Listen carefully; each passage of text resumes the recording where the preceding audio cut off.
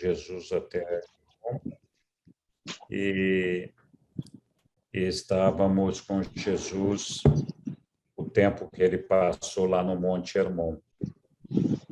E esse documento foi bastante interessante, porque, teoricamente, com essa meditação, essa presença de Jesus ali no Monte Hermon, ele completou o primeiro objetivo da vinda dele aqui entre nós.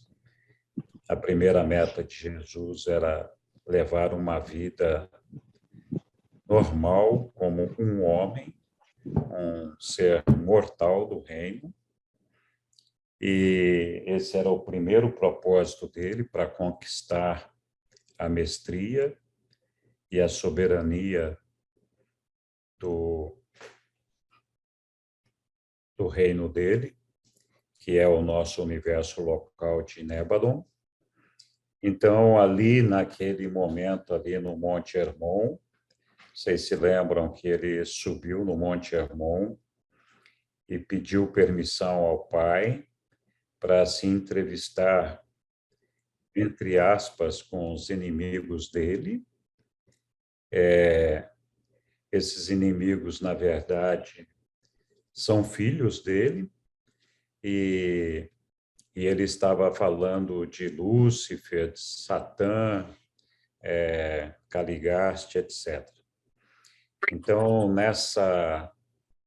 durante essa permanência dele lá no Monte Hermon, ele teve esse contato com o Satã e o Caligaste, que fizeram de tudo para convencer Jesus a se unir à rebelião de Lúcifer. E, claro, Jesus disse a eles que ele seguia a vontade do Pai dele. Sempre lembrando que, claro, Satã e Caligastia sabiam quem era Jesus, sabiam que era o Micael e que estava ali encarnado. Então, na condição de um homem mortal do reino. E não sei se vocês se lembram, mas a rebelião de Lúcifer aconteceu porque na mente de Lúcifer, esse plano evolucionário que existia era um plano falacioso, cheio de mentiras e de falsidades. Então, na mente de Lúcifer, Lúcifer dizia que o pai do paraíso não existia, porque ele nunca tinha visitado ou visto o pai do paraíso. Ele reconhecia ao Micael, a Jesus, não a Jesus, mas ao Micael, como o pai dele, Lúcifer. Mas ele achava que o programa evolucionário dos mortais era mentiroso, porque o pai do paraíso não existia. E, claro, Lúcifer sabia da ideia de que os mortais recebiam em sua mente um ajustador do pensamento, que seria uma fração do Pai. E que esse ajustador do pensamento era quem se fusionava com o mortal, para depois levar esse mortal até o paraíso. E depois esses finalitores retornavam. Então, o que Lúcifer conseguia ver eram os mortais ressuscitando em Satânia, e depois, quando eles partiam fusionados, a volta deles para os diferentes mundos, porque os finalitores não voltam necessariamente para o mesmo local, eles vão para locais diferentes, mas eles voltam para um mundo dos finalitores, nos mundos, no sistema que compõe os diferentes universos locais. Então, o que Lúcifer percebia era a ressurreição dos mortais e depois o sumiço deles, quando eles se fusionavam, iam embora para visitar, para ir, para continuar a jornada deles até o paraíso. Sempre lembrando que o ajustador do pensamento, que é uma fração do Pai, é uma figura tão pura, tão divina, que a maioria dos seres celestiais, a grande maioria deles, inclusive Lúcifer, não conseguiam ver o ajustador do pensamento. Ele não é visível para a maioria dos seres celestiais. Então, aquela figura que é o ajustador do pensamento, que representa o Pai, é uma figura que também Lúcifer nunca viu. Ele sabia que acontecia esse fusionamento aí, mas esse fusionamento para ele era uma falácia, era um truque lá do nosso Micael. E ele achava que ele poderia acelerar o processo de evolução humana, porque eles não precisavam sair de Satânia. Era um desenvolvimento aqui mesmo e que ele, então, poderia fazer tudo o que fosse necessário para completar essa evolução do ser mortal. Então, essa é uma maneira, assim, grosseira de explicar a maneira como Lúcifer pensava, e, claro, como a maioria daqueles que aderiram à sua rebelião passaram a pensar também. Então, quando Micael esteve com Satã e Caligaste ali no Monte Hermon, Satã e Caligaste sabiam que Jesus era Micael e tentaram convencê-lo, na condição de homem, a aderir à rebelião de Lúcifer. E, claro, Jesus ali, mais uma vez, ofereceu misericórdia para eles e perdão. Eles não quiseram ser perdoados. E então Jesus, claro, se recusou a aderir à rebelião, dizendo que a vontade do pai dele é que devia ser feita. Então, quando ele falou da vontade do pai dele, ele fez isso também propositadamente, porque essas figuras não acreditavam ou se negavam a acreditar na existência do Pai do Paraíso. E Jesus ali se submeteu à vontade do Pai, também, talvez simbolizando ou mostrando que eles tinham quebrado uma hierarquia e que eram indisciplinados. Enfim, aquele texto mostra para a gente que Jesus, nosso Micael, saiu vitorioso dali, né? Primeiro por ter resistido à suposta tentação colocada por Satã e Caligaste, e depois por mostrar que ele, Micael, acreditava no Pai e continuava seguindo a vontade do Pai. Então, nós não temos todas essas explicações dadas naquele documento, mas é só para posicionar onde mais ou menos nós estamos aqui. E por que que nessa oportunidade Jesus teria alcançado então a sua primeira missão aqui na Terra? A sua primeira missão, que era viver como um ser mortal do reino, como um homem, consistia em fazer aquilo que todos nós homens temos como, quando eu falo nós homens, eu estou falando das mulheres também, não me peguem pela palavra, então estamos falando do gênero humano. Então, o ser humano, todos nós humanos, temos que passar por esse desafio, que é nascer aqui, em algum momento, receber o nosso ajustador do pensamento em nossa mente, fazer a vontade do nosso Pai universal, desenvolver a nossa alma e alcançar a fusão com o nosso ajustador do pensamento, momento a partir do qual nós seríamos seres espirituais. Em princípio, essa fusão deveria acontecer ainda enquanto nós estamos aqui na matéria e na Terra.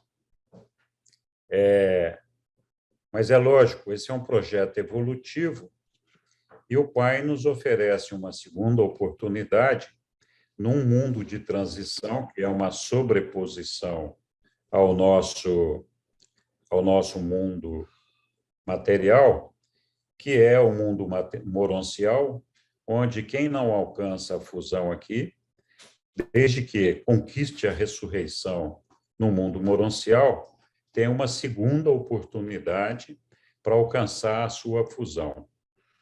Ou seja, para alcançar a nossa fusão aqui na matéria, nós teríamos que desenvolver completamente a nossa alma e ter uma sintonia perfeita da nossa alma com os nossos... Se eu colocar isso aqui, não falo mais aqui isso. Pode pôr? Tá bom.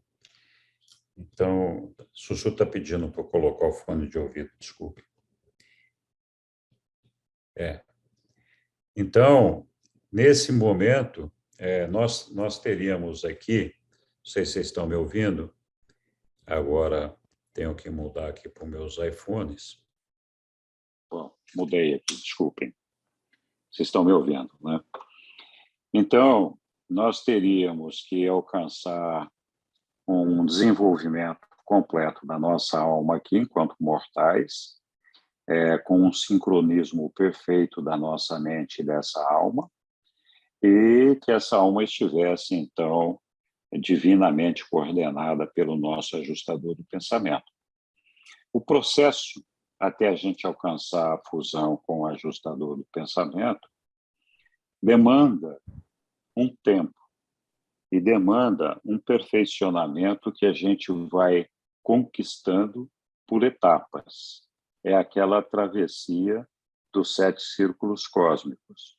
Então, nós vamos vencendo essas etapas até o momento em que nós desenvolvemos completamente a nossa alma e temos essa alma sincronizada com o nosso ajustador do pensamento, e a partir daí nós estamos prontos, então, para fazer a fusão com esse ajustador do pensamento. Essa fase final, ou seja, a gente começa no 7º círculo cósmico, o 7º é o mais baixo deles, e vai avançando em direção ao centro, passando pelo 6º, pelo 5º, pelo 4º, pelo 3º, até chegarmos no primeiro círculo. Quando a gente chega no primeiro círculo, teoricamente, nós estamos prontos para fazer a nossa fusão, faltando apenas alguns ajustes finais para que isso aconteça. Esses ajustes finais dependem de cada indivíduo e da capacidade de comunicação de cada indivíduo com o seu ajustador do pensamento. Então, quando Jesus resolveu passar essas 6 semanas, 3 de agosto e 3 de setembro, ali no Monte Hermon, os reveladores nos contam, nesse documento, que a mente de Jesus, nessa época, Jesus estava, se não me falha a memória, com 29 ou 30 anos. Então, os reveladores nos contam que, nessa época, a mente de Jesus tinha alcançado um alto nível de evolução e de desenvolvimento, e que faltavam apenas alguns ajustes finais para que ele completasse esse processo. Esses ajustes finais levariam Jesus à fusão com seu ajustador do pensamento. Mas, como nós sabemos, Jesus Micael já é um ser espiritual divino, ele não alcançaria, ele não faria essa fusão. Mas, na condição de homem, ele desenvolveu todo esse processo, desenvolvendo, então, a sua alma, chegando ao ponto de que ele poderia, a qualquer momento, alcançar a fusão com seu ajustador do pensamento. Os reveladores também nos contam, nesse mesmo documento, que apesar dele ter alcançado esse desenvolvimento, e ele ter, então, já cumprido a sua primeira missão, que é a missão da sétima auto-outorga, de viver como um ser mortal e evoluir até o ponto da fusão, ele já tinha completado, então, a sua missão com esse propósito. Ou seja, Jesus ali, se quisesse, ele poderia retirar-se e voltar para Divinity e deixar de continuar a sua carreira aqui na Terra. Mas quando Jesus veio para cá, ele colocou outras metas pessoais, além dessa, e uma delas era revelar o Pai aos homens, e a outra era debelar a rebelião de Lúcifer, que foi quando, na partida dele, todos os rebeldes foram retirados do planeta, com exceção de Caligarte e Dalmatia. Então, ele resolveu que ia continuar aqui. Mas os reveladores nos contam, então, que apesar dele ter, tecnicamente, alcançado os propósitos da sua auto-outorga, essa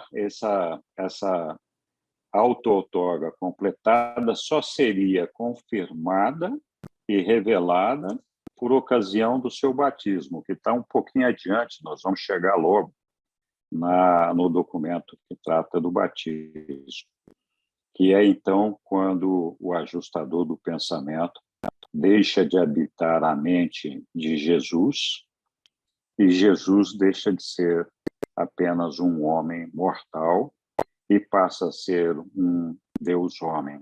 Na verdade, nunca houve um momento que o homem não tivesse sido Deus e nunca houve um momento que Deus não tivesse sido homem. Isso aconteceu de uma maneira progressiva na mente de Jesus, mas, tecnicamente, ele nunca deixou de ser Deus, assim como, enquanto homem, enquanto Deus, ele nunca deixou de ser homem, enquanto esteve aqui conosco. Os reveladores, então, nos contam que esse triunfo do que seria equivalente a uma fusão da alma de Jesus com o ajustador do pensamento aconteceria, então, por ocasião do batismo, que nós veremos mais à frente. Então, tudo isso nós vimos lá naquele documento que nós lemos a semana passada, que eu tentei fazer um resumo aqui, claro que eu não resumi nada, e para que as pessoas que não tinham tido a oportunidade de acompanhar se inteirassem do que nós estamos falando. E aqui, então, continua. Jesus desce da montanha, depois desses eventos todos, e esse é o documento que nós vamos continuar estudando agora. Não sei se alguém quer fazer alguma pergunta, algum comentário, ou alguma observação. Se for, esse é o momento. Fique à vontade. Só me tira uma dúvida, Henrique. Sim. A vinda de Jesus para Urântia foi a 7ª encarnação Urântia ou a 7ª encarnação no universo de Nébada? Não. O criador de um universo local, quando ele inicia o seu universo, ele é um representante do Pai na criação daquele universo. E, então, embora ele tenha o poder e a possibilidade de assumir para si o comando e o governo desse universo local, eles juraram ao Pai Universal não fazer isso enquanto eles não cumprissem as 7 auto-outorgas. E o que é essas 7 auto-outorgas?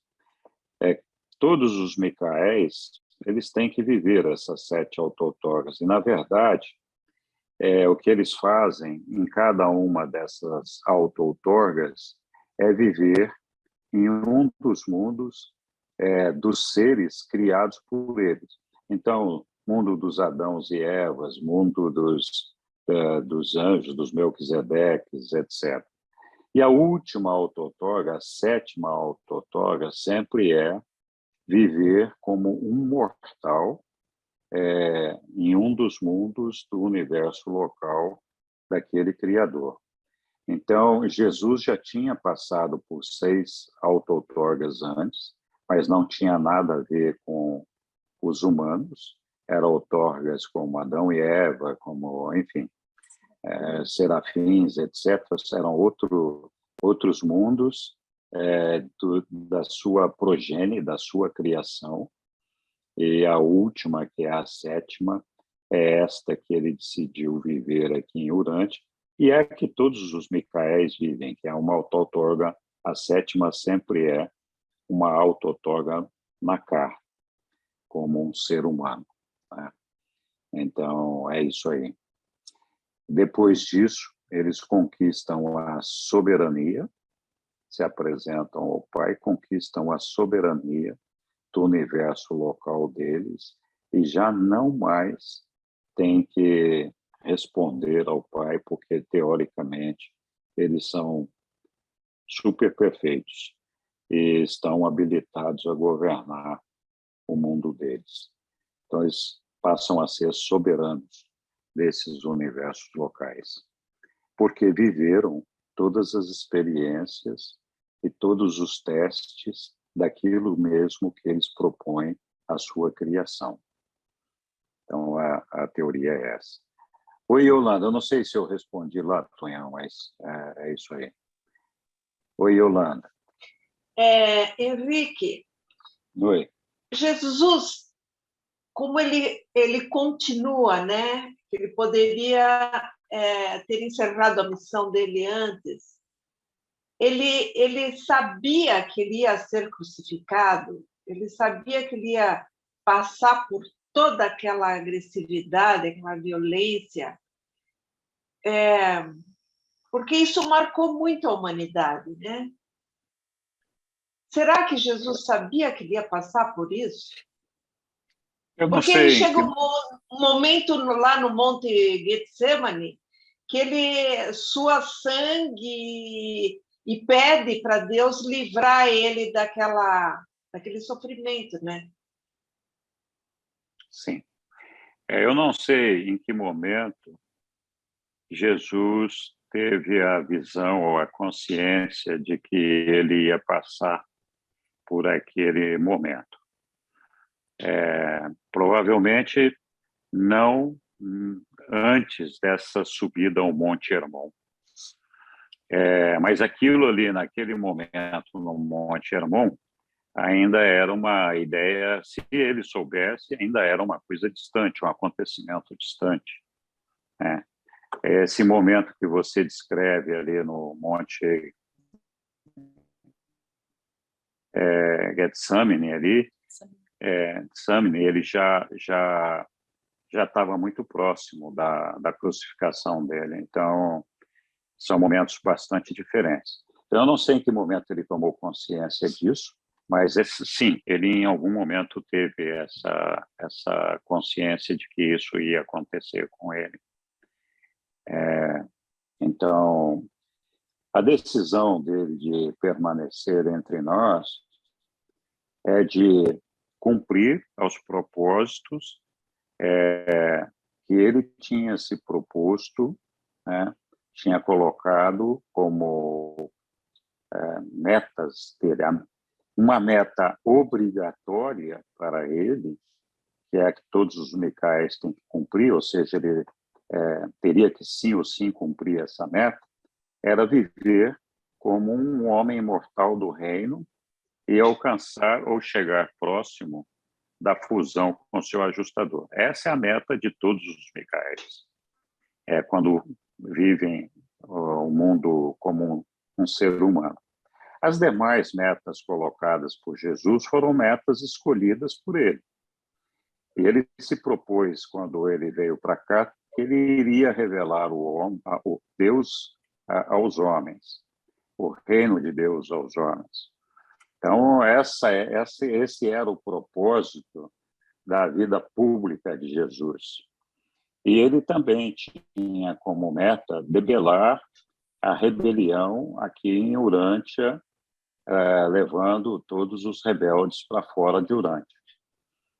Então, essas são as principais metas que ele tinha colocado. Então, nesse Monte Hermon, ele teve essa entrevista com Satã e Caligaste, mas a retirada dos rebeldes aqui do planeta só aconteceu em Pentecostes. Então, ele ainda permaneceu aqui com todos esses rebeldes durante algum tempo.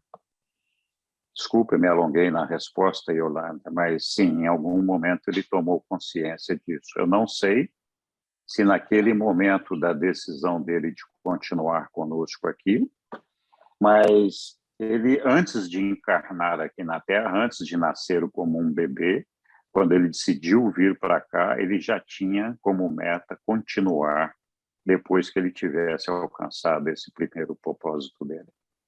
Ele só estava cumprindo aquilo que ele já tinha se proposto antes. Boa noite, Samuel. Boa noite. Tudo bem? Tudo bem, e você? Graças a Deus.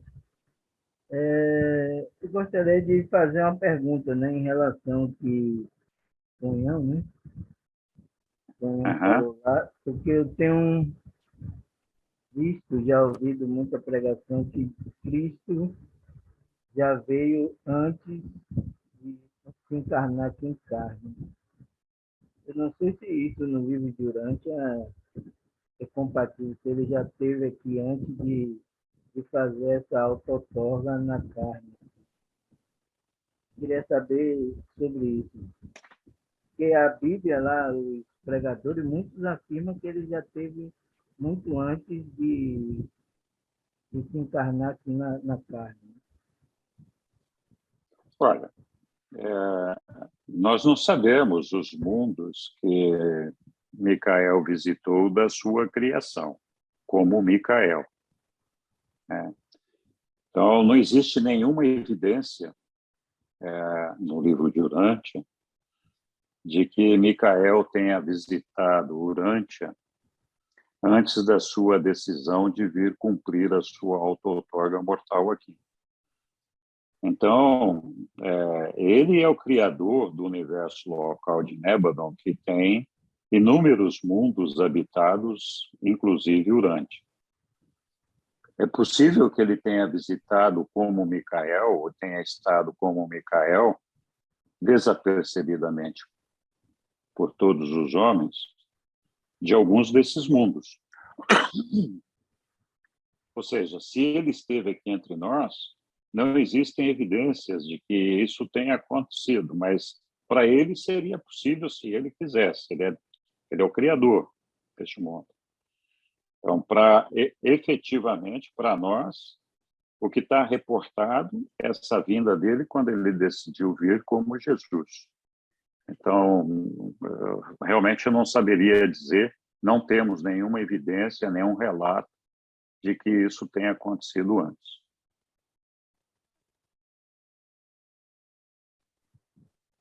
Ok. Mais alguma pergunta, algum comentário, ou avançamos aqui na leitura?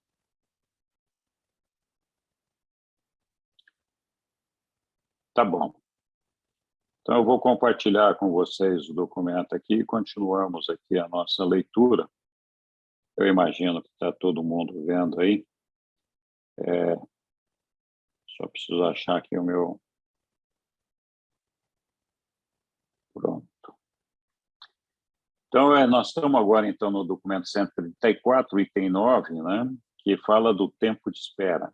Esse tempo de espera vai relatar a vida de Jesus, então, a partir desse momento, então, que ele teria completado a sua missão de auto-outorga, até o momento em que ele inicia a sua vida pública, né? Então, aqui está contando exatamente dessa época. Vamos lá. Estava agora próximo ao fim de verão, era a época do dia da reconciliação e da festa de tabernáculos.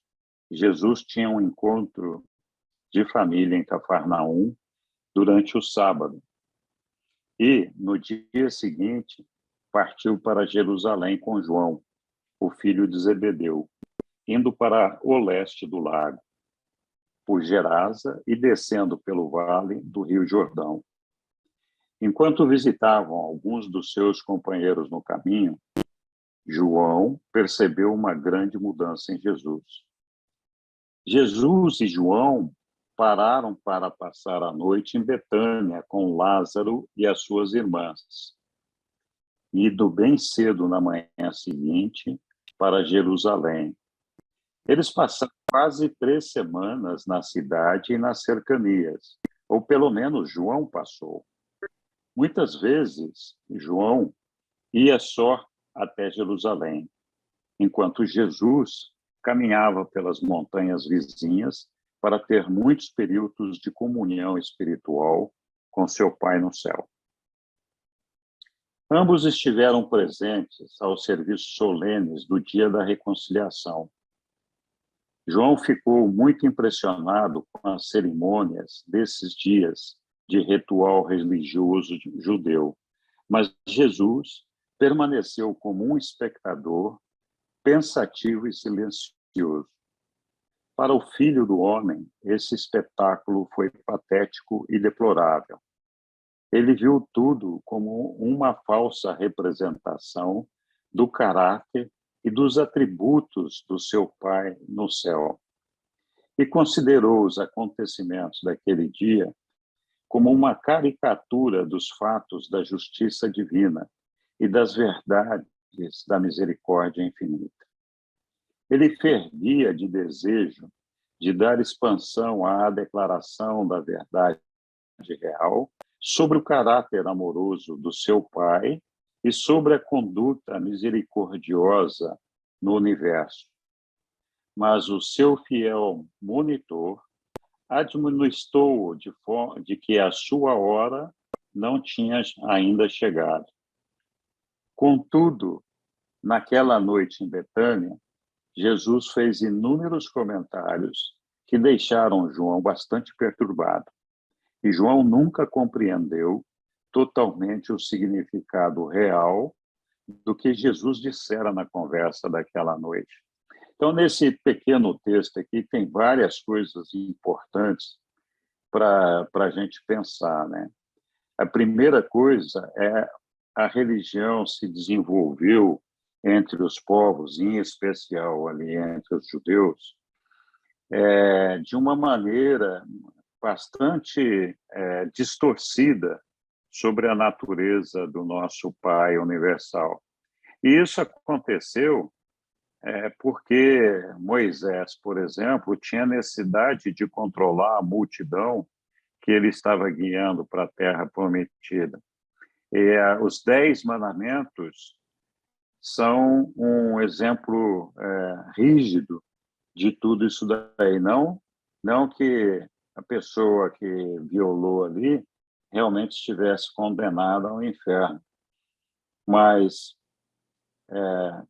a versão pregada por Moisés é de quem não cumprisse os mandamentos teria que se ver com um Deus muito irado, muito bravo e muito vingativo, né? Então, essas cerimônias no templo refletiam exatamente essa cultura dessa religião que foi desenvolvida entre os judeus dessa forma, criando uma figura do nosso Pai completamente diferente daquele Pai que Jesus enxergava, que é um Pai amoroso e misericordioso. E toda essa distorção sobre a figura do Pai sempre fez com que os homens tivessem muita dificuldade com o seu relacionamento com Deus, né? Então, essa era uma das coisas que incomodavam bastante Jesus. E a gente fala também que Jesus orava nas sinagogas, lia as escrituras e todo esse negócio, e a gente fala, então, mas ele seguia a religião dos judeus, né? Uma coisa era viver aquele momento sem violar os usos e costumes e sem violar a experiência, o livre-arbítrio do desenvolvimento da raça humana, tentando tirar das escrituras aquilo de melhor que elas tinham. Mas aqui nesse parágrafo, por exemplo, a gente vê que Jesus não concordava com o que as escrituras diziam quando elas falavam do nosso Pai universal, né? Então, essa é uma coisa bastante interessante para a gente perceber quanto que Jesus teve que se ajustar ao comportamento humano e se controlar para não interferir de uma maneira desastrada nas coisas, né? Então, dando tempo ao tempo e buscando, através do ensinamento, mostrar aquilo que era bom e aquilo que era certo. Outro aspecto importante que aqui fala é que o ajustador do pensamento alertou Jesus que ainda não era chegada a hora dele. Nós acabamos de falar aqui de que no documento anterior, Jesus teria já, então, quase que completado o desenvolvimento da sua alma, estaria quase pronto para fazer a fusão com o seu ajustador do pensamento, o que significa que, nesse estágio, ele já tinha alguma comunicação com o seu ajustador. Então, por isso que os reveladores estão dizendo aqui que ele deveria se conter, porque é o ajustador dizendo para Jesus que não havia chegado a hora dele ainda, né? Então, continuando aqui nesse documento, Jesus planejava ficar durante a semana da festa de tabernáculos com João. Essa festa era o feriado anual de toda a Palestina. Era a época das férias judaicas. Embora Jesus não tenha participado da folia da ocasião, era evidente que lhe causava prazer e proporcionava satisfação ver como jovens e velhos descontraídos se entregavam à alegria. No meio da semana de celebrações e antes de terminarem as festividades, Jesus despediu-se de João, dizendo que desejava retirar-se para as montanhas, onde melhor poderia comungar com o seu Pai do paraíso. João teria ido com ele, mas Jesus insistiu para que ele ficasse para as festividades, dizendo: não é necessário que tu carregues o fardo do Filho do Homem. Apenas o guardião deve manter-se de vigília enquanto a cidade dorme em paz. Jesus não voltou para Jerusalém. Depois de quase uma semana a sós, nas colinas perto de Betânia, ele partiu para Cafarnaum. A caminho de casa, passou um dia e uma noite a sós, nas escarpas de Gilboa, perto do local onde o rei Saul havia se matado. E quando chegou a Cafarnaum, ele parecia mais alegre do que quando se despedira de João em Jerusalém. Na manhã seguinte, Jesus foi à arca que continha os seus objetos pessoais que havia deixado no escritório de Zebedeu. Colocou o seu avental e apresentou-se para o trabalho. Então, só para lembrar aqui, Jesus, antes de partir para Roma, ele trabalhava com Zebedeu, que era o pai de João, como carpinteiro na construção de barcos. Ele trabalhava ali. Então, ele retornou para a oficina de construção de barcos e retomou o trabalho dele ali e apresentou-se para o trabalho dizendo: a mim me convém manter-me ocupado enquanto espero que chegue a minha hora. E trabalhou por vários meses, até janeiro do ano seguinte, na oficina de barcos, ao lado do seu irmão Tiago. Depois desse período de trabalho com Jesus, não importando quais dúvidas viessem ainda encobrir o entendimento que Tiago tivesse sobre o trabalho da vida do Filho do Homem, ele nunca mais perderia real e totalmente a sua fé na missão de Jesus. Tiago era um filho na carne, um dos irmãos de José, né? Um dos irmãos de Jesus, né? Então, como todo mundo sabe. Durante esse período final do seu trabalho na oficina de barcos, Jesus passou a maior parte do seu tempo no interior dela, fazendo o acabamento de alguma embarcação grande. Ele punha um grande cuidado em todo o seu trabalho manual e parecia ter uma grande satisfação de realização humana quando terminava uma peça digna de elogios. Embora gastasse pouco tempo com detalhes pequenos, ele era um artesão paciente quando se tratava da parte essencial de qualquer empreendimento.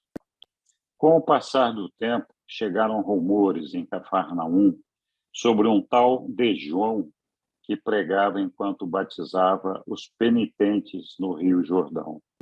E João pregava: o reino dos céus, o reino do céu está ao alcance da mão. Arrependei-vos e sejais batizados. Jesus soube dessas informações enquanto João lentamente subia o Vale do Jordão, partindo do val do rio, no ponto mais próximo de Jerusalém. Jesus, no entanto, continuou trabalhando, fazendo barcos, até que João tivesse subido o rio até um ponto perto de Pela, no mês de janeiro do ano seguinte, 26 depois de Cristo. Lembrando que Jesus nasceu no ano -7, né? Então, aqui já estaria com 33 anos, né? E então, nessa época, Jesus depôs as suas ferramentas e declarou: é chegada a minha hora. E em breve ele apresentou-se a João para o batismo. Todavia, uma grande mudança havia acontecido em Jesus. Poucas daquelas pessoas que tinham desfrutado das suas visitas e das suas ministrações, nas suas idas e vindas, naquela terra jamais reconheceriam, posteriormente, no educador público, a mesma pessoa que haviam conhecido e amado anteriormente como um indivíduo particular. E existia uma razão para que aqueles que se haviam beneficiado anteriormente dos seus serviços não o reconhecessem posteriormente no seu papel de um educador público cheio de autoridade. Durante longos anos, essa transformação de mente e espírito tinha estado em progresso, completando-se durante aquela temporada memorável no Monte Hermon.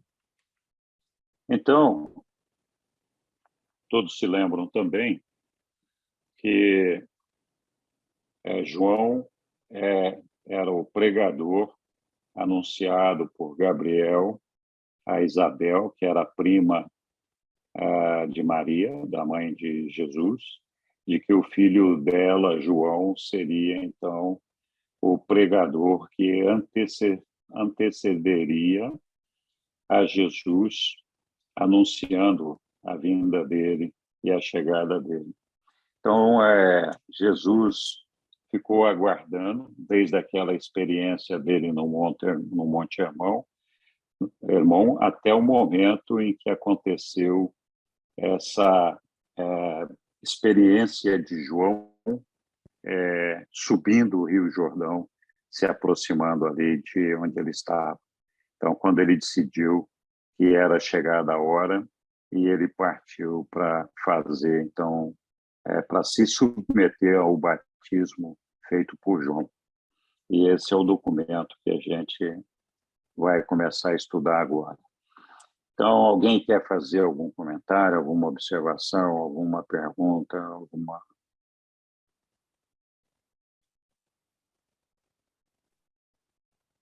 Maravilha.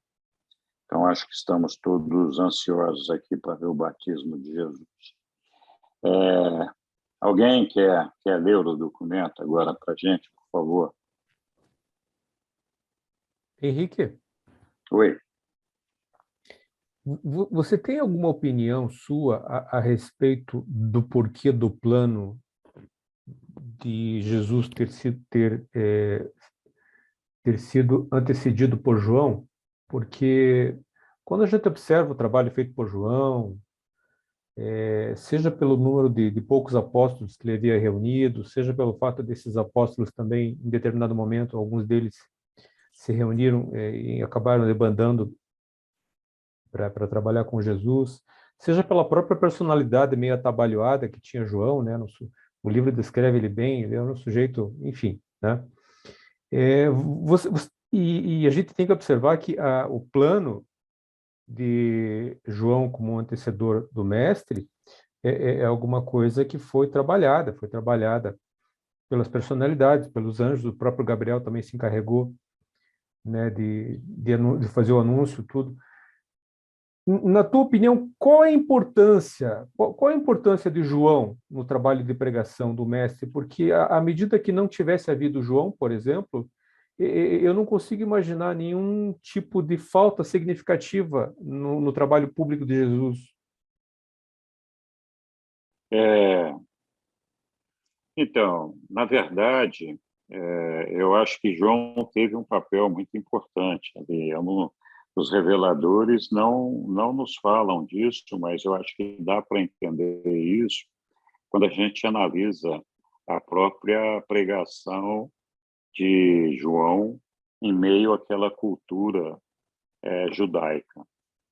Porque os judeus tinham aquela cultura de que eles tinham que pagar os pecados dos seus antepassados, eles tinham uma dívida gigante e que era quase impagável, que não teria possibilidade de salvação para eles.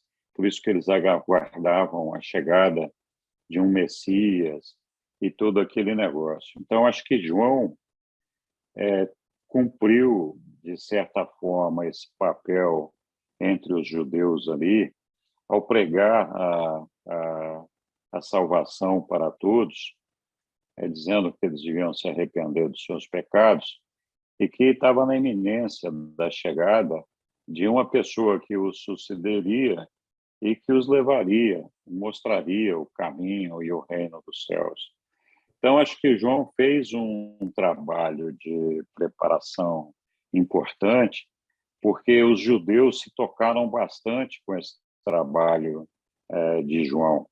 As multidões se aglomeravam nos discursos de João no Rio para serem batizados, que era um costume judeu, esse batismo, justamente para se purificarem dos seus pecados.